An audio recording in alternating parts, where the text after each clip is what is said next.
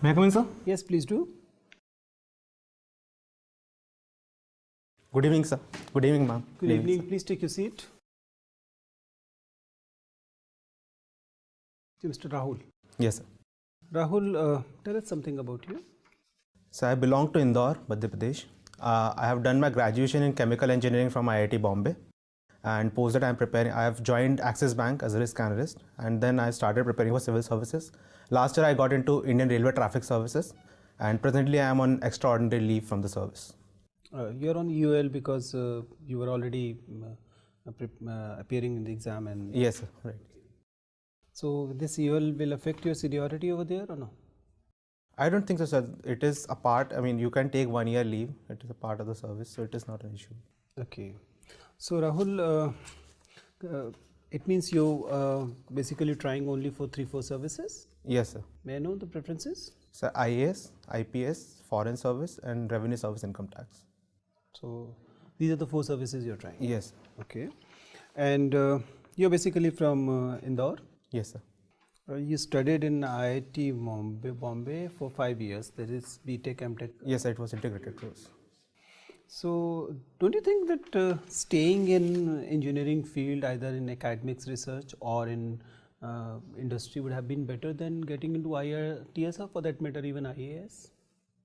Sir, since it was my long-term ambition, it was my childhood dream to join IAS. My father is also in state services, so I have already seen this. So बचपन की गलतियाँ कब तक उठाएंगे?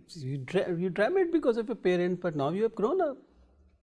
Sir, I think I have a deep interest in the service as well, because when I was in IIT Bombay, I was working as a president of my hostel, and at that time the work I used to do was giving me immense happiness as well as satisfaction. So I think working in these areas where I can help people and can serve people and would help a society as well as will fulfill my needs of satisfaction and happiness. So I think I would be a better fit in this service. You're from Madhya Pradesh. Recently elections took place in Madhya Pradesh, and the incumbent BJP government lost. Yes. One of the reasons that is said BJP lost is the farmers' distress. Another reason is said the youth distress. Yes. What are the reasons of youth distress? Why youth unemployment has become such a big issue? So the two issues mentioned, agrarian distress and youth distress, are interlinked actually. Madhya Pradesh is an agrarian economy, and though we have reached very good in terms of production, we are highest in terms of production in various different crops, but that has not turned into jobs because food procurement has been weak, and as well as there is lack of food processing industries. So that is the first issue. The agrarian or the youth in the rural areas is not getting the desired jobs. Secondly, there has been a lot of institutions, a lot of engineering colleges, a lot of medical colleges, etc. in Madhya Pradesh. But unfortunately, there are not many industries. So people are not getting the due jobs, and thus they have to migrate. So I think that is another issue why youth is not, there is a youth disenchantment, and this could have led to it was an election issue as well. See, since you're an engineer, you'll be able to appreciate what my hunch is. The fact is that we have a tremendous growth in the tertiary sector. Yes. Manufacturing sector and agrarian sector in any case are shrinking. They will shrink as per the normal growth of normal pattern of growth is concerned.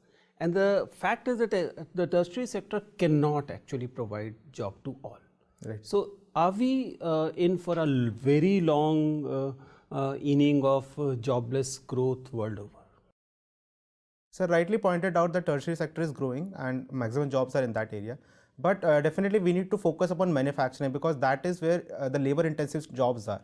So the future pattern definitely if the trend continues as it is right now, it would be a long term process and there would be jobless growth.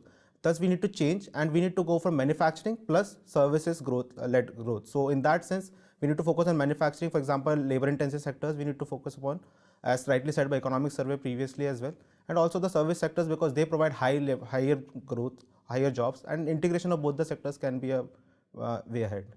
I can see that you prepared a case study on Delhi Metro airport line. Yes, sir. Why do you think the PPP failed in Delhi Metro airport line?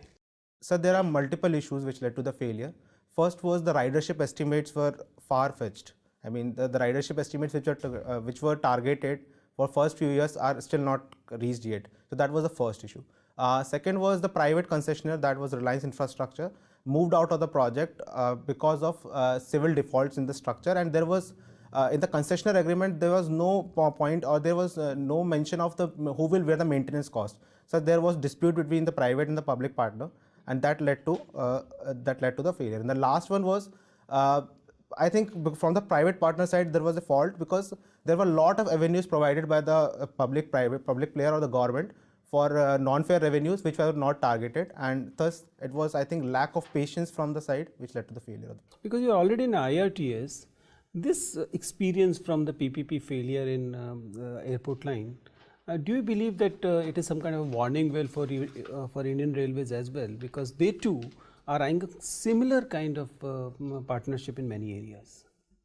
Yes, sir. As rightly said, that from failures we learn, and the first thing which we need to do is we need to make our concessionary agreement very holistic. By holistic, I mean it should have it should encompass everything. For example, who will maintain the tracks, what would happen in case the line is closed, what are the penalties, etc. First is that. Secondly, we need to see the technical bit of the private player. For example, what experience does he have? Does his past experience, whether he has left the line or he is continued working, etc. And as well as we should try to regulate the system in such a way that excessive bidding should not happen. I mean, sometimes private investors in a quest to take the project, bid extra, so which is not viable. So we need to look into all these aspects as well. So this is the biggest learning for us in the future. But government seem to have not learned much, because they all the similar things are being done in Rafale. Inexperienced, same person is actually being given huge contracts as offshoot thing. Sir, I think these are the two different things, because in Rafale it was not in the prerogative of the government, it was in the prerogative of the private concessionaire, that is Dassault. Do you honestly believe that? Sir, as per the written reports, I have to believe it. Yes, sir.